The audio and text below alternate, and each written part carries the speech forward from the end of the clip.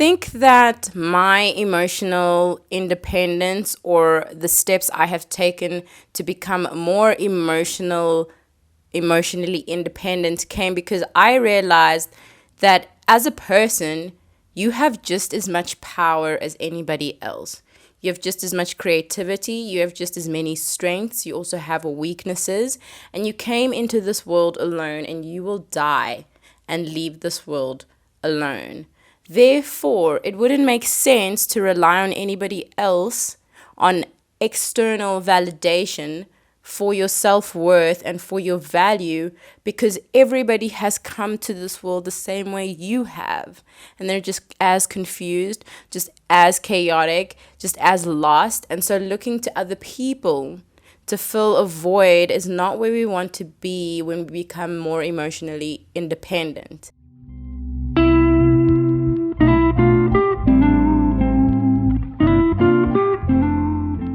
Greetings, hi, welcome to my channel. If you're new here, greetings, hi.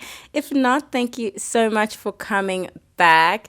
Today's video is all about emotional independence, what I think it means to me, because I believe emotional independence to be more of a state of being rather than a hard, fast set of rules that indicate that you are indeed emotionally independent. I want to share my thoughts with you and how I came about becoming more emotionally dependent as a young woman. I have 5 tips for you guys on how you can become more emotionally independent, as well as a little bonus tip, a little something extra if you guys stay up until the end. But before I get started, please remember to like and subscribe. It really helps the YouTube algorithms know what's happening. So if you haven't already, take a second. Take a second to like and subscribe. Also, if you see me looking down, it's because I have all my notes over here. Just had a lot to write and poured out my soul into this video as well as the last.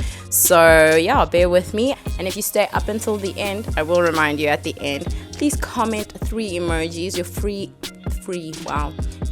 favorite emojis. Last time I was vibing with the rainbow emoji, but I would go for a sparkle, purple heart, sparkle situation. Okay, that's where I'm at. I don't know where you're at, but I'm at sparkle, purple heart, sparkle.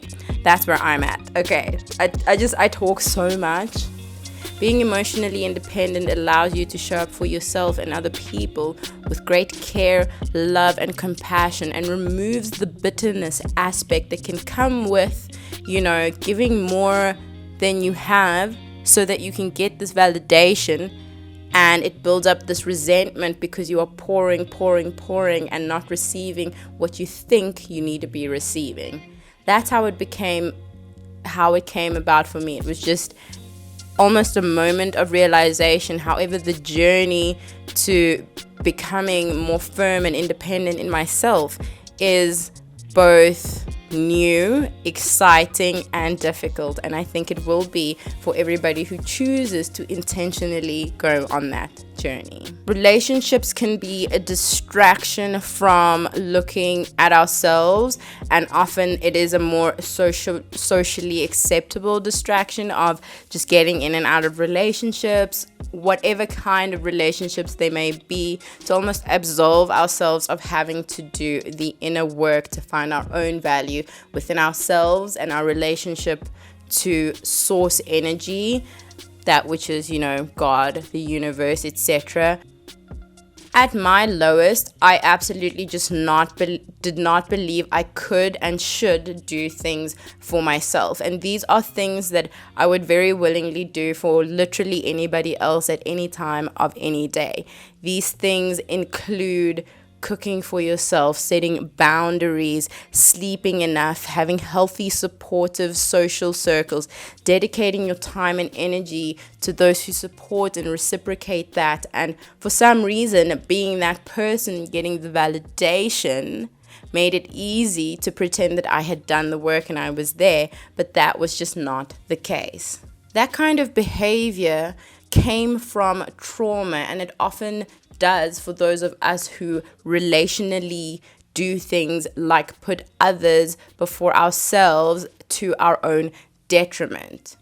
And furthermore, my traumas also made me want to micromanage and control other people's journeys into life and make it more comfortable and easy for them, because I was enjoying getting the validation for doing that instead of making my own life's compass easy for myself and showing up for others how they needed. You know what I'm saying? It's almost like a weird God complex. You're like in charge, but without the validation, you fall apart, so you're not in charge at all. Interesting. So you as a person need to do things that you are so very willing to do for others at the drop of a hat. Those are the things I mentioned earlier: cooking for yourself, setting boundaries, having a healthy social circle around you.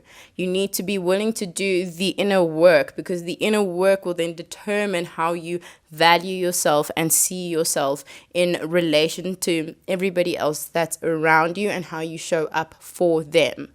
You're not showing up based on a need that needs to be filled, or else you just won't make it. You're showing up based on the love you have for yourself and are willing to pour into others based on what they actually need, not what you perceive that they need, you know? We often value the love that other people can give us over the love that we can give ourselves. And honestly, it's quite tragic. The key thing here is to develop a bubble of self-love and non-negotiables around yourself so that you can show up authentically. Otherwise, what will happen is your need for validation in particular relationships, or in how you relate to others in general, will ruin how you relate to those people. Essentially, even though it feels like emotional dependence is about giving, it's actually very selfish and manipulative. On top of that, you'll also settle. If you don't know yourself, your needs, your wants, and your non-negotiables, you'll just settle for anything and you'll compromise, which in the end, you know, is doing a disservice to both you and the people involved. And so I just wanted to give you 5 tips that I think you can use in becoming more emotionally independent. All right. For me, step number 1 was to identify what it was I thought I needed from other people. So take a piece of pen. Wow. Take a piece of paper and a pen. If you can take a piece of pen and do this exercise, let me know. Take a piece of paper and a pen and write down what exactly it is you think you need from other people. Then you need to find small, actionable ways to do those things for yourself. This is all about a mindset shift. It's based on making small, attainable goals based on what you think you need from other people and giving that to yourself with compassion, grace, and a little bit of excitement. You need to be excited to take care of yourself. Number 2 is a little bit of a hard one. Number 2 is all about learning to take responsibility for yourself. That's learning to take responsibility for your own emotions. It's learning to take responsibility for your own decisions and the consequences thereof. And it's also about learning to take responsibility for your general well-being. That's nobody else's business and it's nobody else's job. Your general well-being is all up to you. Therefore, you really become an adult and a person who is trustworthy when you do that. Number 3 is to get a hobby. Get a life, find things you like to do, and build confidence through that. Knowing what you like to do and being good at the things you like to do, not always, it's not necessary, but knowing what you like to do, standing firm in that and being good at those things builds confidence and self-assurance. You can trust you. You don't bail on your own plans with yourself. Therefore, other people can see that you have integrity. You know, you love yourself enough to do the things you need to do.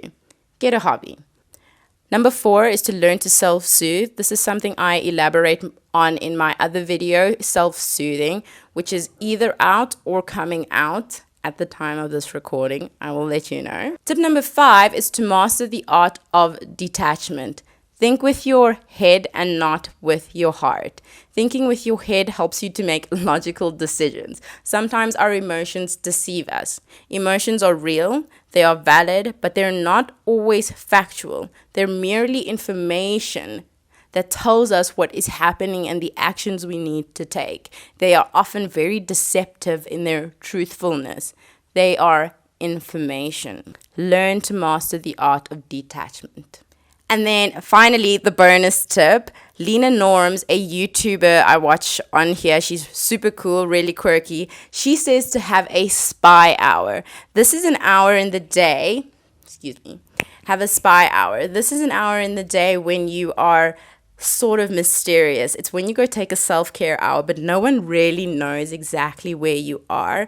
You don't answer your phone. You don't need to be responsible for anything. It's just you and yourself, and it's like really kind of nice. I have a spy hour once a week where I'm just doing whatever I'm doing. I never tell anyone about it. It's very exciting and I love planning it. Have a spy hour.